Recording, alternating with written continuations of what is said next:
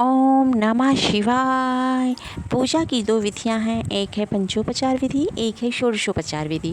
षोडशोपचार विधि से हम पूजा किसी उत्सव में, किसी विशेष अनुष्ठान में या फिर व्रत आदि में करते हैं, और पंचोपचार विधि से हम पूजा नित्य करते हैं, यानी कि रोज़ करते हैं।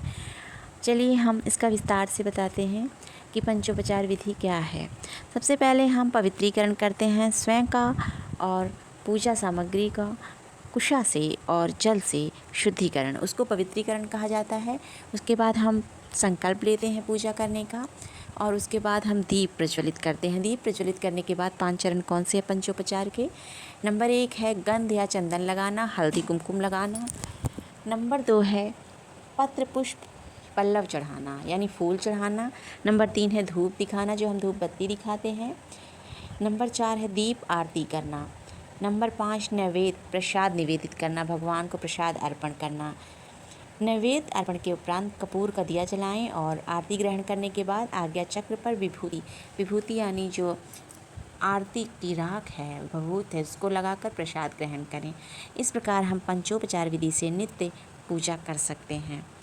गाइस, ये बहुत आसान पूजा है, और कहते हैं ना कि ईश्वर भाव के भूखे होते हैं। मन चंगा तो कठौती में गंगा। अंत में हर एक चरण को वैदिक और लौकिक मंत्र समर्पित है, लेकिन सरल रूप से अपनी मातृभाषा में हम अर्पण और निवेदन कर सकते हैं। अगर हमें संस्कृत नहीं आती तो हम हिंदी भाषा में भी निवेदन कर सकते हैं।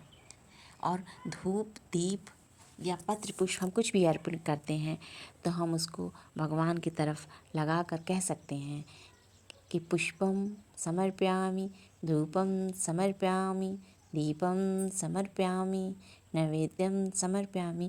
इस प्रकार 5 चीज़ को भगवान को अर्पण करते हुए इस मंत्र का जाप कर सकते हैं। अगर हम संस्कृत में नहीं बोल सकते तो हम इसको हिंदी में भी कह सकते हैं कि हे ईश्वर, हे प्रभु, मैं आपको दीप अर्पण कर रही हूँ, इसको स्वीकार करें। प्रसाद अर्पण कर रहे हैं, स्वीकार करें। तो गाइस, ईश्वर भाव के